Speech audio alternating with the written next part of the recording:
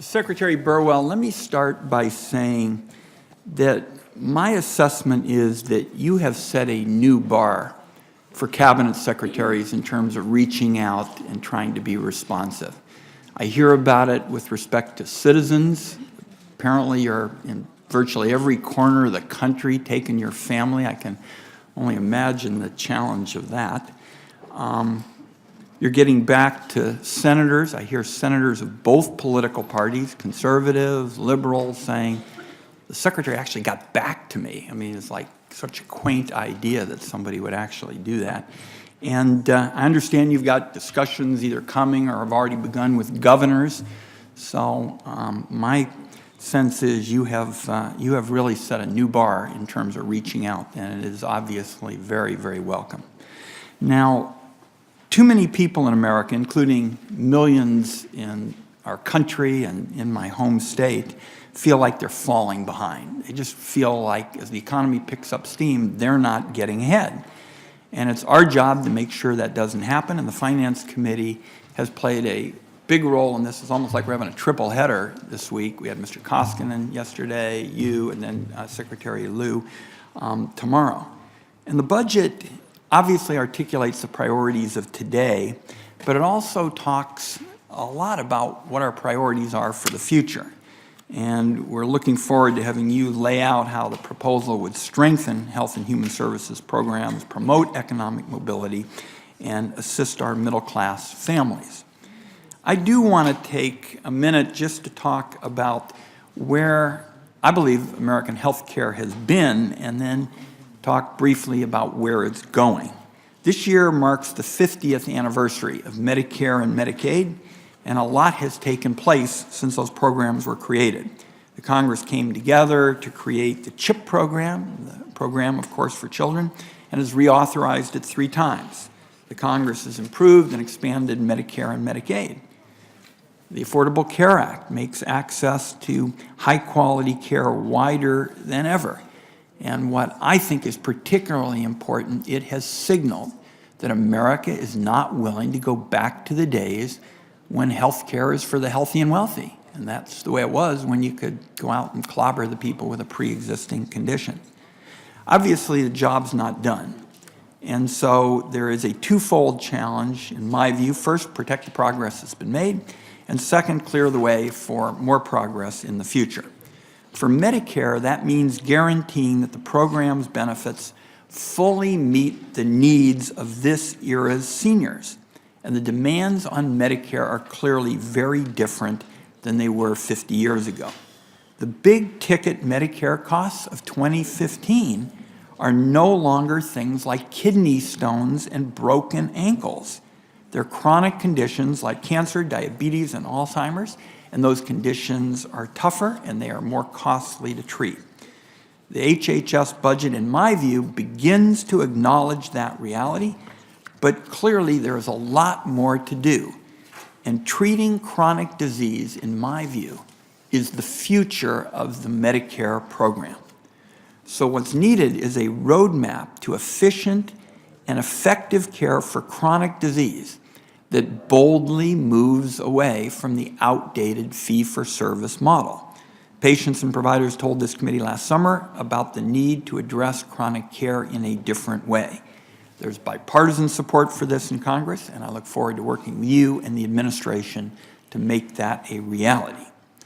Now, I was also thinking about the announcement last week about precision medicine, because this too helps to provide something of a roadmap for the future.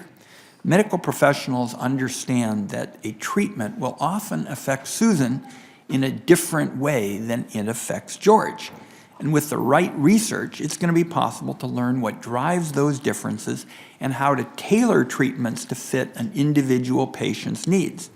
The Precision Medicine Initiative that's in the President's budget follows an innovative test program that was really created in this committee. It was part of our discussions. I don't see Senator Carper here. He's been very interested in that issue, but we've got another big challenge. And the next step will be to design a payment system for this innovative field, precision medicine, that can do so much for the future for patients and for taxpayers.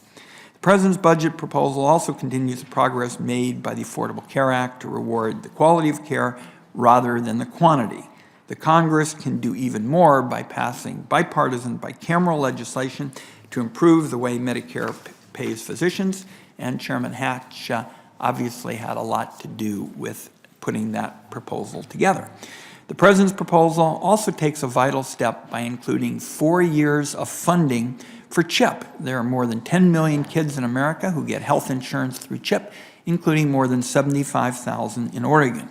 A child who starts life with quality health insurance has a better shot at a successful middle-class life than a child who doesn't.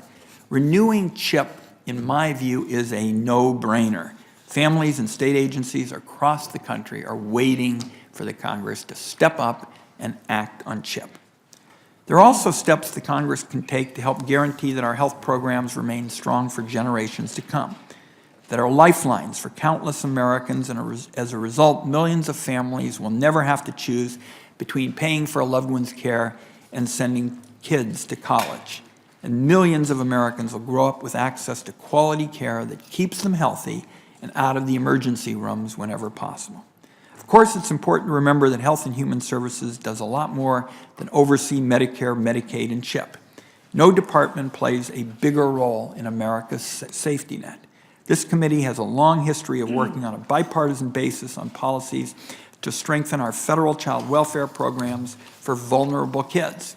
Just 5 months ago, the Congress enacted the Preventing Sex Trafficking and Strengthening Families Act, and the department is helping turn this bill from a piece of paper signed by the President into new tools that will help states move more vulnerable kids out of harm's way and into safer and permanent homes. The President's budget proposal shows that it's possible to build on this momentum by expanding programs that keep kids and families together and healthy, with a special focus on getting involved early with vulnerable families with programs like home visiting.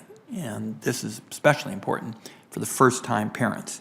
So in effect, we're talking about multi-generational supports, and those can prevent the long-term costs associated with homelessness, abuse, neglect, and foster care. So we're talking about the people who are trying to get ahead in a tough, economy and have just not seen the recovery make it to their neighborhood. Thank you for joining us here today. We've got a lot of opportunities, in my view, for working in a bipartisan fashion, and I'll have some questions, but I do want to wrap this up by saying that having been in public life and worked with a number of secretaries, I think at the end of the day, there are going to be big differences of opinion. But the only way you really make progress is by reaching out, and you have sure met that test. Thank you, and look forward to working with you. Thank you, Chairman Hatch.